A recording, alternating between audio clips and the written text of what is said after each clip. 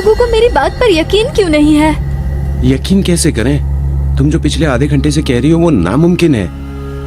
दीप, तुम कैसे कह सकते हो कि राधिका जो कह रही है वो नामुमकिन है?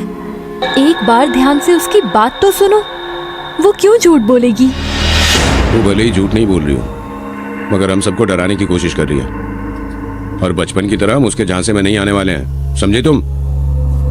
कहते हुए अनय खेतों से आगे जाने लगा, मगर राशि, दीप और राधिका उसी जगह पर खड़े थे। अनय, राशि, दीप और राधिका चारों कजन भाई बहन गर्मी की छुट्टियों में अपनी दादी के पास रहने के लिए आए थे। शहरों में 2 BHK में रह रहे बच्चों को दादी की बड़ी हवेली बचपन से ही बहुत लुभाती थी। इसलिए अब कॉलेज में आने के बाद भी वे लोग भले ही 4 दिन के लिए आते, मगर वे लोग गर्मियों में यहाँ आना नहीं भूलते। इस बार भी चारों दीप की कार से यहाँ आए हुए थे। देखते ही देखते अनय खेतों में आगे बढ़ रहा था कि राशि ने उसे आवाज दी, रुक जाओ, आगे मत बढ़ो। राशि की आवाज सुनकर अनय ने पलट कर देखा तो उसके पैरों के पास एक बड़ा सा अजगर था। वो डर कर धीरे से पीछे हुआ, फिर भागते हुए उन लोगों के पास आ गया। अभी जो कुछ भी अनय के साथ हुआ, इससे उसकी धड़कनें बढ़ी हुई थीं। ये क्या था? इसीलिए तो मैं कह रही हूँ, इस बार सब कुछ गलत हो रहा है। हमें यहाँ से निकलना होगा। दीप भैया, जल्दी से आपकी कार में बैठते हैं। अब तो यहाँ पर दादी भी नहीं है, यहाँ रुककर क्या करेंगे? राशि के कहे अनुसार सभी लोग जाकर कार में बैठ गए। दीप कार चलाने की कोशिश करने लगा, मगर कार चालू ही नहीं हो रही थी। अब ये क्या मुसीबत है? कहते हुए उसने कार को 1-2 बार और चालू करने की कोशिश की तो कार स्टार्ट हो गई, मगर कार उसके कंट्रोल में नहीं थी। वो अपने आप ही चल रही थी। उन लोगों की सांसें अटक गई। सबका चेहरा डर के कारण पीला पड़ा हुआ था। एक दूसरे की ओर देख रहे थे कि अब न जाने क्या होगा। कितनी बार कहा है तुझे किसी और चीज को हाथ मत लगाया कर, मगर तू सुनती ही नहीं है। अब देख लिया नतीजा। मुझे क्या पता कि वो नॉर्मल प्लेइंग कार्ड्स नहीं थे, बल्कि शापित प्लेइंग कार्ड्स थे। I am sorry. कहते हुए राधिका रोने लगी तो राशि ने उसके कंधे पर हाथ रखा और दीप को डांटते हुए बोली, ये वक्त लड़ाई झगड़ा करने का नहीं है। हम में से किसी की भी गलती नहीं है। बस अब क्या करना है ये सोचो। चारों के चेहरे का रंग उड़ा हुआ था। उन्हें समझ नहीं आ रहा था कि अब क्या होगा। गर्मी की छुट्टियां शुरू होते ही चारों भाई बहन शहर से गांव की ओर निकल गए। निकलने में उन लोगों को शाम हो गई थी, इसलिए गांव के रास्ते पहुंचते पहुंचते अंधेरा हो गया था। आज तो हम लोग गांव पहुंचने में बहुत लेट हो जाएंगे। कॉलेज का असाइनमेंट था, उसे जमा करने में टाइम लग गया। कोई बात नहीं, अभी 1-2 घंटे में गांव पहुंच जाएंगे। वैसे भी ज्यादा लेट नहीं हुआ है। बातें करते हुए वो चारों भाई बहन कार में मस्ती भी करते जा रहे थे। अचानक झटके से कार रुक गई। भैया क्या हुआ? कार क्यों रोक दी? छोटे, कार रुकी नहीं है, अपने आप रुक गई है। हे भगवान, अब क्या होगा? हे माता जी, चुप करो। ओवर एक्टिंग की दुकान। कार अभी ठीक हो जाएगी। कहते हुए राधिका कार से उतरकर सड़क किनारे टहलने लगी। आसमान में लालिमा छाई हुई थी। वो इधर उधर घूमते हुए एक बंद मकान के पास जाकर खड़ी हो गई। मकान के बाहर कुछ खिलौने पड़े हुए थे। उसमें से एक बॉल को खेलने के लिए राधिका ने उठाया तो उसके नीचे कार्ड का एक सेट पड़ा हुआ था। वाह, प्लेइंग कार्ड। गांव में दादी के घर पे खेलने में मजा आएगा। खुद से ही बातें करते हुए राधिका ने वो कार्ड अपने साथ रख लिए। तब तक दीप ने उसे आवाज दे दी। कार स्टार्ट हो गई थी। थैंक गॉड कार स्टार्ट हो गई। वहाँ पर मुझे डर लग रहा था कि कहीं कोई भूत या प्रेत ना आ जाए। भूत बेचारा आ भी जाता तो तुम्हें देखकर डर जाता और हमें सलाम करता कि हम लोग कितने हिम्मती लोग हैं जो चुड़ैल के साथ सफर कर रहे हैं। अनय की बात सुनकर दीप जोर जोर से हंसने लगा और राशि गुस्सा हो गई।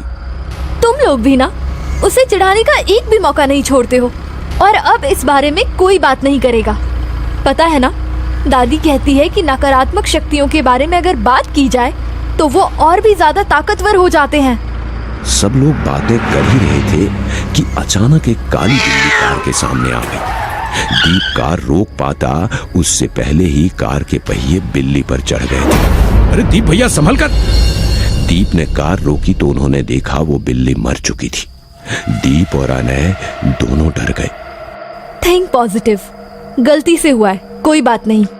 कहते हुए राधिका ने दीप को वापस कार में बिठा दिया। जैसे ही कार चालू होकर आगे बढ़ी, रियर व्यू मिरर में दीप ने देखा कि वो बिल्ली अपनी जगह पर खड़ी हो गई और कार की स्पीड से उनके साथ भाग रही थी। दीप और राधिका परेशान हो गए। कुछ दूर भागने के बाद वो बिल्ली गायब हो गई। वो लोग अपनी दादी के घर पहुंच गए थे।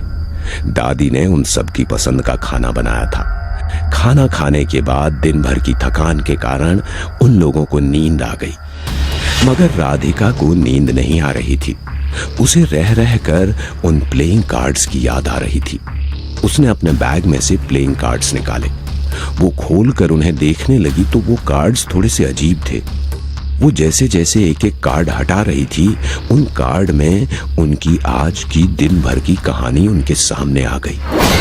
पहले कार्ड में 4 लोग कार में बैठे हुए थे। दूसरे कार्ड में 2 लोग गाड़ी सुधार रहे थे। तीसरे कार्ड में बिल्ली का एक्सीडेंट। ये सब तो हमारे साथ हो चुका है, आगे क्या होने वाला है? डरते हुए राधिका ने चौथा कार्ड निकाला तो उसमें लिखा था दादी की मौत। वो भागते हुए अपनी दादी के पास गई तो दादी को सांस लेने में तकलीफ हो रही थी। राधिका उनकी कुछ मदद कर पाती उससे पहले ही उनका स्वर्गवास हो गया।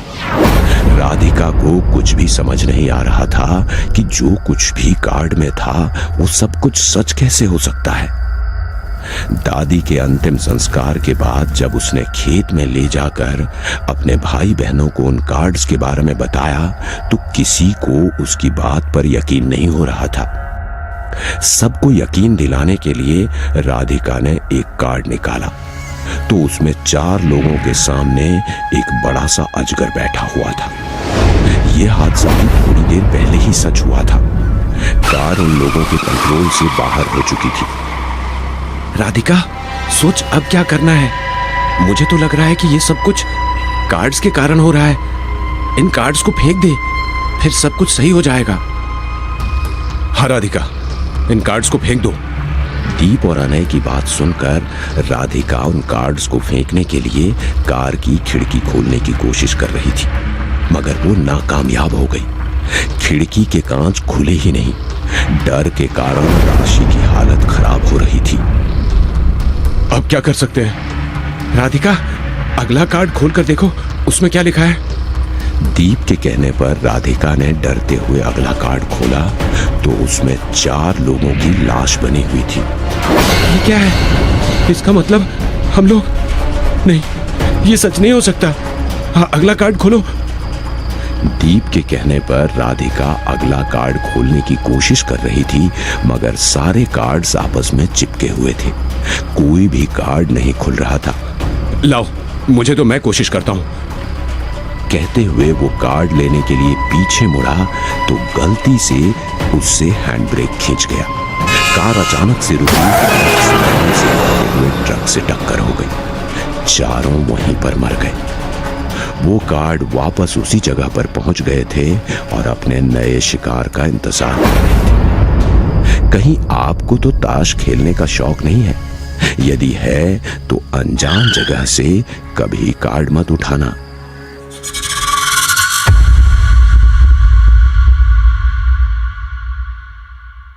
साइरस बचपन के बाद पहली बार ब्रिटेन के सेंट डेविड्स अपने दादा दादी के घर आया था। दादा दादी ने मरने से पहले ये प्रॉपर्टी साइरस के नाम की थी। साइरस यहीं रहने के इरादे से आया था।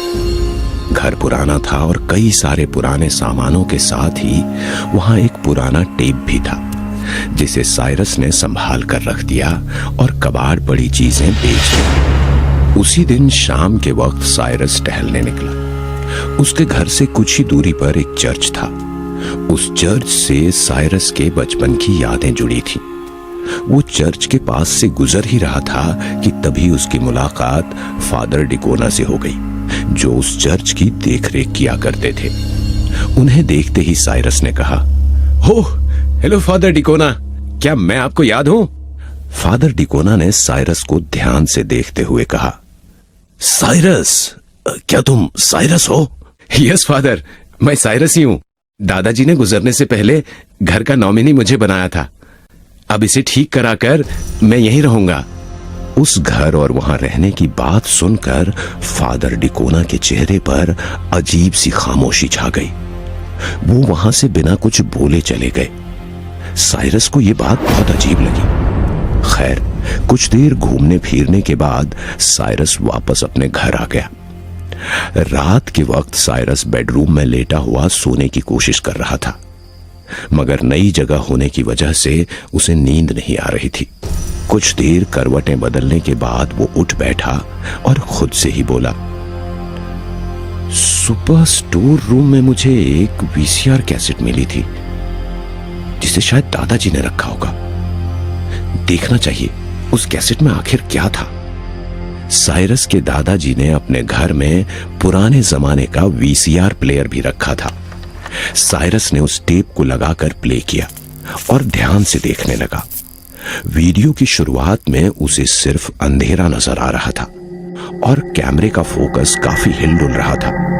पहले तो साइरस को प्रेयर जैसी कोई आवाज सुनाई दी, फिर धीरे धीरे उसमें से अजीब सी डरावनी आवाजें आने लगी। ओह गॉड, ये कैसी आवाजें हैं? इस वीडियो का मतलब क्या है?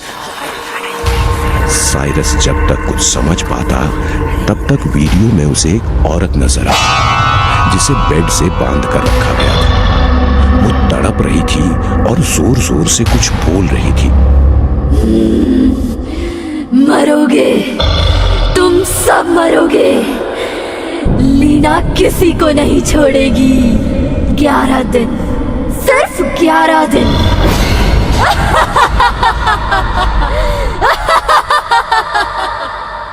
उस आवाज को सुनकर साइरस बुरी तरह डर गया। उसने फौरन ही वो टेप बंद कर दिया, मगर वो आवाज अभी भी पूरे घर में गूंज रही थी।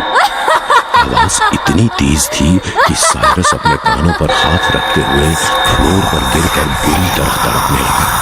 उसके कानों से खून निकलने लगा। बंद करो ये आवाज, बंद करो। उसे बेहोशी जैसा महसूस होने लगा। अचानक आवाज बंद हो गई। साइरस अभी भी जमीन पर अचेत हालत में पड़ा था।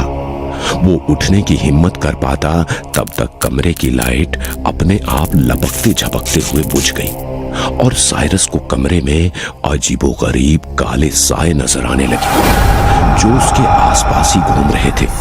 साइरस इतना डर गया था कि वो उन सायों से जोर जोर से बातें करने लगा। नहीं नहीं नहीं, मुझे छोड़ दो। मैं ये घर छोड़कर चला जाऊंगा। छोड़ दो मुझे। इतना बोलते हुए वो हिम्मत करके उठ खड़ा हुआ और फौरन ही बाहर भागा। अंधेरे रास्ते पर दौड़ते हुए उसे सामने चर्च दिखा। साइरस भागता हुआ सीधा चर्च के पीछे वाले रास्ते से अंदर दाखिल हो गया। चर्च में इस वक्त कोई नहीं था और वहां काफी अंधेरा भी था। साइरस बिल्कुल अधमरा हो चुका था। वो चर्च की एक बेंच पर बैठे बैठे ही सो गया। अगली सुबह बेंच पर सोए हुए साइरस के कंधे पर किसी ने हाथ रखा। साइरस चौंक कर उठ बैठा। उसने देखा उसके सामने फादर डिकोना खड़े थे और उन्होंने हैरानी से पूछा, ये तुमको क्या हुआ डियर चाइल्ड? साइरस अपने साथ हुई रात की घटना का जिक्र फादर डिकोना से करता चला गया और फादर डिकोना सारी कहानी खामोशी से सुनते रहे और आखिर में साइरस ने कहा, वो घर पूरी तरह से प्रेतात्माओं से भरा हुआ है फादर। ऐसी हालत में मैं वहां बिल्कुल नहीं रह सकता। फिर फादर डिकोना ने कहा, मुझे पता था वो घर श्रापित है, मगर मैंने सोचा था कि मेरी की मौत के बाद सब कुछ शायद ठीक हो गया होगा, पर मैं गलत था। कैसा श्राप फादर? क्या आप सब कुछ पहले से जानते थे? मुझे सब जानना है कि आखिर उस घर पर कैसा श्राप है। फादर डिकोना ने चर्च में लगी घड़ी की तरफ देखते हुए कहा, सब बताऊंगा साइरस। आज रात हम उसी घर में ऑकल्ट करेंगे और उस घर को हमेशा के लिए महफूज कर देंगे।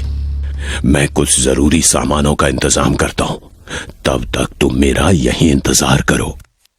इतना बोलकर फादर डिकोना वहां से चले गए और साइरस रात होने का इंतजार करने लगा। रात के तकरीबन 1 बजे फादर डिकोना और साइरस उसी कमरे में जमीन पर बैठे हुए किसी तरह की ऑकल्ट आर्ट करने जा रहे थे, जो कि एक तरह की तंत्र क्रिया थी। जमीन पर बकरे के ताजे खून से एक स्टार बना था, जिसके हर कोने पर एक कैंडल रखी हुई थी और उसके बीचों बीच एक इंसानी खोपड़ी। फादर डिकोना साइरस को बता रहे थे, आज से लगभग 50 साल पहले तुम्हारे दादाजी यानी मिस्टर फ्रैंक और मैरी उस घर में रहने आए थे। तुम्हारी दादी एक मेंटल असाइलम में जॉब करती थी और अक्सर मानसिक तौर पर बीमार लोगों की केस स्टडी के लिए वहां से उनकी वीडियो टेप लाती थी। एक रात वो अपने साथ लीना की टेप लेकर आई, जो कि एक जादू टोना करने वाली महिला थी। लीना की आत्मा ने ही इस घर पर कब्जा कर रखा है और जो भी यहां रहने आएगा वो 11 दिन से ज्यादा जिंदा नहीं रह पाएगा। इतना सब सुनकर साइरस काफी डर चुका था। हमारे पास ज्यादा वक्त नहीं है और इस ऑकल्ट आर्ट को सीमित समय में करना होगा। फिर एक बड़ा सा शीशा देते हुए फादर डिकोना बोले, ये शीशा तुम्हें पकड़ कर रखना होगा। मैं लीना की आत्मा के साथ साथ इस घर में मौजूद सभी प्रेतात्माओं को इसमें कैद करूंगा। ध्यान रखना, कुछ भी हो जाए मगर ये शीशा मत छोड़ना। साइरस शीशे को पकड़कर बैठ गया और फादर डिकोना ऑकल्ट करने लगे। कुछ ही देर में कमरे की लाइट्स अपने आप लपकने झपकने लगी और साथ ही साथ कमरे में अजीबोगरीब धुएं जैसे साए नजर आने लगे, जिन्हें देखकर साइरस डर रहा था, मगर उसने शीशे को मजबूती से पकड़ रखा था। कुछ ही देर में वो साए होली प्रेयर के प्रभाव से एक एक करके शीशे की तरफ खींचने लगे, मगर शीशे में घुसने से पहले वो साइरस का चक्कर लगाने लगे। साइरस काफी डरा हुआ था। फादर, मुझे डर लग रहा है, तो प्लीज प्लीज कुछ कीजिए। फादर डिकोना ने उन सायों की तरफ देखते हुए अपनी आंखों से इशारा किया। उन्होंने साइरस को पकड़ लिया और उसे हवा में उठाने लगे।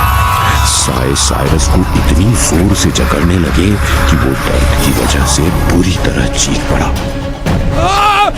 फादर, बचाइए! अब बचना कैसा डियर सन? जहां तेरे दादा और दादी को भेजा वहीं तुझे भी भेजूंगा। वो मनहूस टेप तो तूने भी सुना है। लीना तुझे भी ले जाएगी, फिर ये प्रॉपर्टी मेरी हो जाएगी, जिसका मुझे न जाने कितने सालों से इंतजार था। अब कोई वारिस नहीं बचेगा। जाहिर था प्रॉपर्टी के लिए ही फादर डिकोना ने लीना की रूह को कभी इस घर से जाने नहीं दिया। साइरस को अपनी मौत बिल्कुल साफ नजर आ रही थी। वो साए धुएं में बदलकर उसके शरीर पर हावी होने की कोशिश कर रहे थे, मगर साइरस आखिरी कोशिश करना चाहता था। उसने अपने शरीर की सारी ताकत लगा दी और टीवी वाली टेबल की तरफ बढ़ने लगा, जिसे देखकर फादर डिकोना ने कहा, चाहे जिधर जाने की कोशिश कर ले, तू इन काली आत्माओं से नहीं बच सकता। बस लीना की भी साधना पूरी होने वाली है, वो आकर तुझे ले जाएगी। काले साए साइरस की हड्डियां चूर कर देना चाहते थे, मगर वो फिर भी किसी तरह जमीन पर रेंगते हुए टीवी तक पहुंच गया और प्लेयर में लगा हुआ टेप प्ले कर दिया। लीना की आवाज पूरे कमरे में गूंज गई, जिसे सुनकर पहले तो फादर डिकोना बौखला गया, मगर फिर डरते हुए बोला, ये क्या कर दिया तूने? ये तो लीना की आवाज है। साइरस अपने कान बंद कर जमीन पर लेट गया। अगले कुछ पलों में कमरे में एक अजीब सी मनहूसियत छा गई। जिन सायों ने साइरस को पकड़ रखा था, उनकी पकड़ कमजोर पड़ चुकी थी। कमरे में साइरस को किसी औरत के पैर दिखे, जो कि अजीब सी आवाज निकालते हुए फादर डिकोना की तरफ बढ़ रही थी। कमरे की लाइट अपने आप बुझ गई और फादर डिकोना दर्द से कराह उठा। नहीं, मुझे छोड़ दो, माफ कर दो। फादर डिकोना की चीख से वो घर गूंज गया। साइरस उठने की हालत में नहीं था। वो अधमरा जमीन पर ही पड़ा रहा। साइरस दर्द से कराहता हुआ उठ बैठा। उसने देखा कमरे में सब कुछ सामान्य हो चुका था। लीना फादर डिकोना को लेकर हमेशा हमेशा के लिए उस शीशे में समा चुकी थी, जिसमें लीना फादर डिकोना के साथ साथ कई काली आत्माएं कैद हो चुकी थी। साइरस ने वो शीशा तोड़ दिया। साइरस ने एक पुराना शाप खत्म कर दिया था।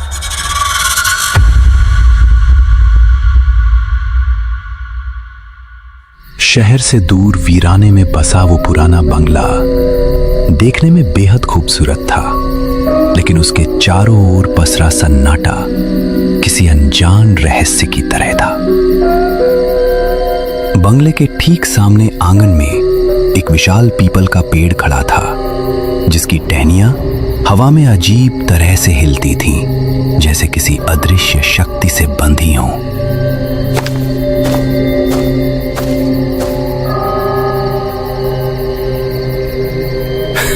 आइए आइए, ये बंगला आपको बहुत पसंद आएगा। ये सच में बहुत सुंदर है, लेकिन आप इसे छोड़कर क्यों जा रहे हैं? मालिक की आंखें क्षण भर को झपकी, फिर उसने एक गहरी सांस ली। दरअसल ये घर बहुत बड़ा है और अब यहाँ अकेले रहने का मन नहीं करता। बहुत सारी यादें जुड़ी हैं इससे। यादें? मालिक की नजर पीपल के पेड़ पर गई, फिर उसने हल्की मुस्कान के साथ जवाब दिया, हाँ, मेरी पत्नी कामनी, हम दोनों ने साथ में ये घर बसाया था। उसे ये जगह बहुत पसंद थी, लेकिन वो अब नहीं रही। नील और सिया अचानक गंभीर हो गए। मुझे खेद है। कोई बात नहीं, आप लोग यहाँ बहुत खुश रहेंगे। ये इलाका बेहद शांत है और कोई परेशानी नहीं होगी। ये सबसे जरूरी बात है। हम भी ऐसी ही जगह की तलाश में थे। तो फिर आपका नया घर मुबारक हो। नील और सिया ने मुस्कुराकर धन्यवाद दिया। मालिक ने उनके हाथ में घर की चाबियां रख दी और वहां से चला गया। लेकिन तभी एक तेज हवा चली और वो पुराना पीपल का पेड़ जोर जोर से सरसराने लगा। ऐसा लगा जैसे उसकी शाखाएं हिल नहीं रही थी, बल्कि खुद को झटक रही थी। नील, ये पेड़ देखो ना, अजीब तरह से हिल रहा है, जैसे कोई हिलाने की कोशिश कर रहा हो। अरे सिया, ये सिर्फ हवा की वजह से हो रहा है। तुम बहुत डरपोक है। लेकिन सिया की आंखें अब भी पेड़ पर जमी थीं। उसे ऐसा लगा जैसे कोई उसकी शाखाओं के बीच से झांक रहा हो। काली गहरी आंखें। बंगले के अंदर का माहौल भी कुछ अजीब था। पुराने लकड़ी के दरवाजे और फर्श की हल्की हल्की चरमराहट, जैसे वो भी जिंदा हों। कमरों में हल्की सी सीलन की गंध थी और खिड़कियों से छनकर आती रोशनी भी कुछ मटमैली लग रही थी। नील, क्या तुम्हें नहीं लगता कि ये घर थोड़ा अलग है? नया घर है ना, हमें इसकी आदत डालनी होगी। तू बेवजह इतना मत सोच। सिया ने हल्के से सिर हिलाया। लेकिन उसके मन में बेचैनी बनी रही। रात होते होते ठंड बढ़ गई थी। नील काम से थककर जल्दी सो गया, लेकिन सिया को नींद नहीं आ रही थी। बंगले के बाहर कुछ हल्की हल्की आवाजें आ रही थीं, जैसे कोई पीपल के पेड़ के नीचे चल रहा हो। सिया ने धीमे से पर्दे के पीछे से झांका। पीपल का पेड़ धीरे धीरे हिल रहा था, लेकिन इस बार हवा नहीं थी। रात के किसी पहर नील की आंख अचानक खुली। कमरे में हल्की ठंडक थी और कहीं दूर से पीपल के पत्तों के सरसराने की आवाज आ रही थी। उसने करवट बदली, लेकिन बिस्तर खाली था। सिया वहां नहीं थी। सिया? लेकिन कोई जवाब नहीं आया। कमरे का दरवाजा अध खुला था और बाहर बरामदे से ठंडी हवा अंदर आ रही थी। वो तेजी से उठा और बंगले के हर कोने में सिया को ढूंढने लगा। रसोई, बैठक, पीछे का अहाता, लेकिन कहीं भी उसका पता नहीं था। अचानक उसे आंगन की ओर से एक धीमी आवाज सुनाई दी। उसने खिड़की से झांका। पीपल के नीचे कोई खड़ा था। जब चांद की धुंधली रोशनी पड़ी तो नील का शरीर ठंडा पड़ गया। सिया वहां थी, नंगे पैर, सफेद नाइटी पहने, पीपल के सामने खड़ी। उसकी गर्दन ऊपर उठी हुई थी, जैसे किसी से फुसफुसा कर बात कर रही हो, लेकिन वहां कोई नहीं था, सिर्फ अंधेरा और वो मनहूस पेड़। नील घबराकर बाहर भागा। उसका दिल जोर जोर से धड़क रहा था। उसने सिया के कंधे पर हाथ रखा। सिया, तुम यहां क्या कर रही हो? सिया ने धीरे धीरे उसकी ओर सिर घुमाया। उसकी आंखें खाली थीं, चेहरा अजीब तरह से निर्विकार। कुछ पलों तक वो उसे बस देखती रही, फिर हल्की मुस्कुराहट उसके होठों पर आई। कुछ नहीं नील, मैं बस बात कर रही थी। बात? किससे? सिया ने कुछ नहीं कहा। उसने धीरे धीरे अपनी नजर ऊपर की, पीपल की सबसे ऊंची टहनी की ओर। नील ने भी देखा, लेकिन वहां कुछ नहीं था। वो उसे पकड़कर अंदर ले आया, लेकिन उसके अंदर एक अजीब सा डर बैठ गया था। नील ने महसूस किया कि सिया धीरे धीरे बदल रही थी। अब वो पहल करने लगी थी और ये बदलाव धीरे धीरे जुनून में बदल रहा था। पहले जो सिया शर्मीली और संकोची थी, अब वो खुलकर उसे अपने पास बुलाने लगी थी। वो अब हर वक्त साड़ी पहनती, गहरे रंग, झीनी और शरीर से लिपटी हुई। उसके बाल हर समय खुले रहते, गालों पे उसकी लटें लहराती रहती और बालों में चमेली का फूल लगाए रहता। उसकी चाल में एक अजीब आकर्षण था, उसकी आंखों में एक नई चमक। पहले नील को यह बदलाव रोमांचक लगा, लेकिन धीरे धीरे कुछ अजीब होने लगा। नील लैपटॉप पर काम कर रहा था जब सिया पीछे से आकर उसके कंधों पर झुक गई। उसकी उंगलियां हल्के से नील की गर्दन पर फिसली, ठंडी बर्फ जैसी। इतनी देर तक काम? नील ने मुड़कर देखा। सिया लाल सिल्क की साड़ी पहने थी, पल्लू कंधे से सरक रहा था, बाल खुले और हल्के गीले। उसकी आंखें गहरी और बोझिल लग रही थी। बस 5 मिनट और। 5 मिनट बहुत होते हैं नील। नील ने उसकी सांसों में अजीब सी गंध महसूस की। पहले जो उसे लुभा रहा था, अब वहीं उसे डराने लगा था। अब वो नील को एक पल के लिए भी अकेला नहीं छोड़ती थी। उसकी सांसों में एक अजनबी सी बू थी। रात को जब वो उसे पास बुलाती तो उसकी आंखों में एक अलग ही भूख होती, कुछ ऐसा जो प्रेम से परे था, कुछ असामान्य। हर रात उसे महसूस होता कि सिया अब पहले जैसी नहीं रही। उसका स्पर्श ठंडा था, उसकी बातें अजीब लगने लगी थी, जैसे कोई और उसमें समा चुका हो। नील का शरीर कमजोर पड़ने लगा। उसकी आंखों के नीचे काले घेरे, चेहरा उतरा हुआ, हर समय थकान, जैसे उसकी सारी ऊर्जा कोई चूस रहा हो। नील अब अपने ही घर जाने से कतराने लगा था। नील अब और सहन नहीं कर पा रहा था। जब हालात बर्दाश्त से बाहर होने लगे तो उसने अपने डॉक्टर दोस्त आकाश से मदद मांगी। आकाश, कुछ तो गड़बड़ है सिया के साथ। वो अब वो नहीं रही जिसे मैंने शादी की थी। क्या हुआ? सब ठीक तो है? नहीं, सिया बदल गई है आकाश। वो अब वैसी नहीं रही जैसी पहले थी। उसकी हरकतें, उसका स्पर्श, उसकी आंखें, कुछ तो गड़बड़ है। आकाश ने पहले इसे तनाव समझा। नील, शादी के बाद कई बार लोगों का बिहेवियर बदल जाता है। शायद ये सिर्फ एक फेज हो। नहीं, ये नॉर्मल नहीं है आकाश। जब तुम देखोगे तो समझ जाओगे। बस एक बार घर चलो मेरे साथ। आकाश को नील की घबराहट महसूस हो रही थी। वे दोनों बंगले की ओर निकल पड़े। जैसे ही दोनों घर के अंदर दाखिल हुए, सिया सामने खड़ी थी, एकदम शांत, चेहरे पर एक रहस्यमयी मुस्कान। उसकी आंखें एकटक आकाश को घूर रही थीं। कैसी हो सिया? लेकिन सिया ने कोई जवाब नहीं दिया। वो बस उसे देखे जा रही थी। देखा, अब भी लगता है कि ये सिर्फ एक फेज है। आकाश के रोंगटे खड़े हो गए। नील बेचैन होने लगा।